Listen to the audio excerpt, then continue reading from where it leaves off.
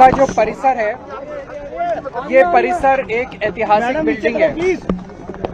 जब कलकत्ता से अंग्रेजों के जमाने में जब राजधानी ट्रांसफर की गई थी, तो उस वक्त ये बिल्डिंग बनाई गई थी 1912 में।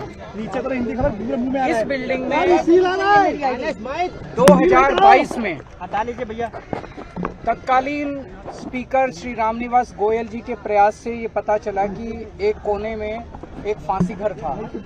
उस फांसी घर में स्वतंत्रता सेनानियों को फांसी दी जाती थी। स्पीकर साहब ने, तत्कालीन स्पीकर साहब ने मुझे एज चीफ मिनिस्टर बुलाया कि इसको हमें टूरिस्ट के लिए खोलना चाहिए ताकि लोग इससे प्रेरणा ले सकें। हमने उसका इनॉग्रेशन किया। अब जब से इनकी सरकार आई है, ये साबित करने में लगे हुए हैं कि वो फांसी घर नहीं था, वो टिफिन रूम था। मैं समझता हूं कि स्वतंत्रता सेनानियों का इससे बड़ा अपमान नहीं हो सकता। इनके पास आज विधानसभा में मेरे को बुलाया गया था ये कहने के लिए कि साबित करो वो फांसी घर था। तो मैंने कहा उस टाइम के स्पीकर साहब ने सारी जांच करने के बाद किया था, लेकिन मैंने कहा आप ये मेरे को बताइए कि आपके पास क्या सबूत है कि टिफिन रूम था, ये फांसी। इनके पास कोई सबूत नहीं। तो इसका मतलब ये जानबूझ के स्वतंत्रता सेनानियों का अपमान करने के लिए उसको फांसी घर नहीं था ये साबित करने में लगे हुए हैं, और वो टिफिन रूम था ये साबित करने में लगा। पर मेरा अपना ये कहना है, आज जब से बीजेपी की सरकार आई है 1 साल से, मैंने अंदर इनको यही कहा।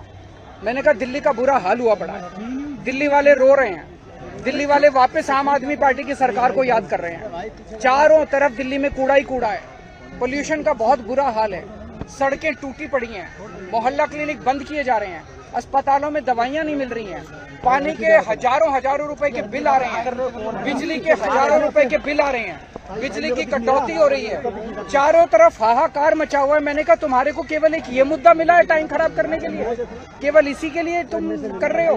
मैंने कहा जरा सा संभालो, दिल्ली को संभालो। दिल्ली के बारे में बात नहीं, मैं मुख्यमंत्री था, पूर्व मुख्यमंत्री, 10 साल में मुख्यमंत्री रहा, मेरे को भी थोड़ा एक्सपीरियंस है। मुझे खुशी होती अगर इनकी कोई कमेटी मेरे को कहती केजरीवाल जी बताइए सीवर कैसे ठीक करें, बताइए सड़क कैसे ठीक, मैं अपने एक्सपीरियंस से शेयर करता। मेरे को इससे कोई लेना देना कि इसकी सरकार है, मैं तो चाहता हूँ कि दिल्ली सुधरे, लेकिन इनको दिल्ली चलानी नहीं है, इनका मकसद ही नहीं है दिल्ली, केवल राजनीति करना है। और सबसे बड़ा दुख मेरे को इस बात का हुआ कि स्वतंत्रता सेनानियों को जब फांसी दी जाती थी, ऐसे स्थान को ये लोग ये साबित करने में लगे हुए हैं कि वो फांसी घर नहीं है और वो टिफिन रूम है।